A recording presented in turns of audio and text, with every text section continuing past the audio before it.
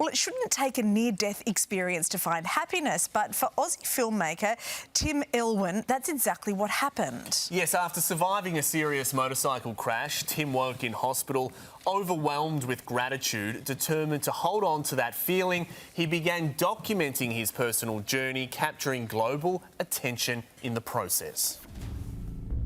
We spend so much time chasing what we think will make us happy. What is happiness?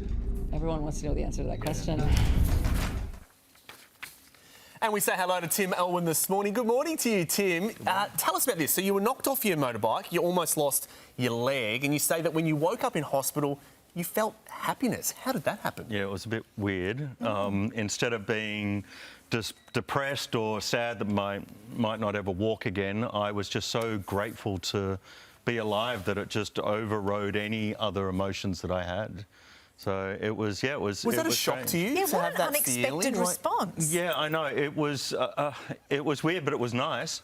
I was on a lot of drugs from the painkillers, so that might help. That might help. Does help, but I was happy. Yeah. Okay, so your doco, The Definition of Happiness, streaming on Prime Video. Yep. What is the definition of happiness? So, you know what? You've got to watch it. Yeah, of course. But it's different for everyone, and predominantly it's about finding purpose in your life and having the right people around you to help you find that purpose. But it's about acknowledging all the little moments in life that the in-between bits. Yeah, the in-between bits. So if that in-between bit might be, I don't know, Dave and I enjoying our coffee before we come on air or whatever, just being present in that moment and going, hey, this is a pretty good moment, despite the fact I'm here with you. I knew there was going to be a sting in it somewhere, Tim. But imagine, what you mean? Yeah, imagine doing that multiple times throughout the day. You start to build this foundation of little bits of happiness that actually end up building resilience and getting you through the dips that naturally happen throughout your day. So you've asked people all over the world to list their top 3 sources of happiness. Is that the common response? Yeah, so what I found that it's...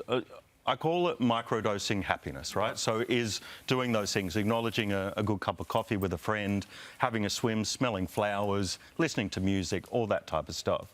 And to help people notice what their top 3 sources of happiness are, we did the Live Happiness Index to help people think about what theirs are. And so it's all about slowing down, it sounds like, and in this fast-paced world, I suppose it's hard for people to actually put the brakes on and enjoy those moments. Yeah, we're told to chase all these different dreams that come through social media and whatever it may be.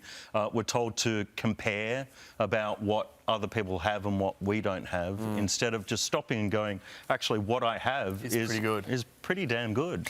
I mean, for anyone that's watching at home that might be going through a particularly bad time, I mean, you're sitting here, you look great, you know, you've got a walking stick here, but you're walking after your accident.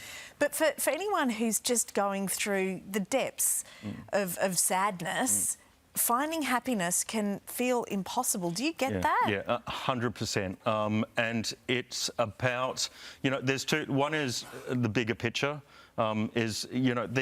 the moments, and just as much as you can acknowledge the happy time of when you're having a coffee, also if you acknowledge and accept that we have to go through all the emotions that we go through, we have to go through all the levels of trauma that we go through. Like, just because I woke up happy doesn't mean that the last 7 years have been happy.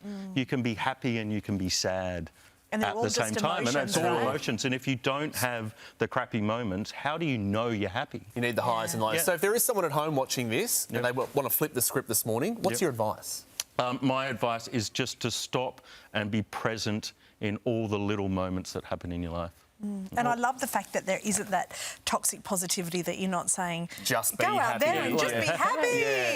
It's not about that. No. Well, The Definition of Happiness is streaming on Prime Video. Terrific stuff. Thanks, Tim. Thank you so much.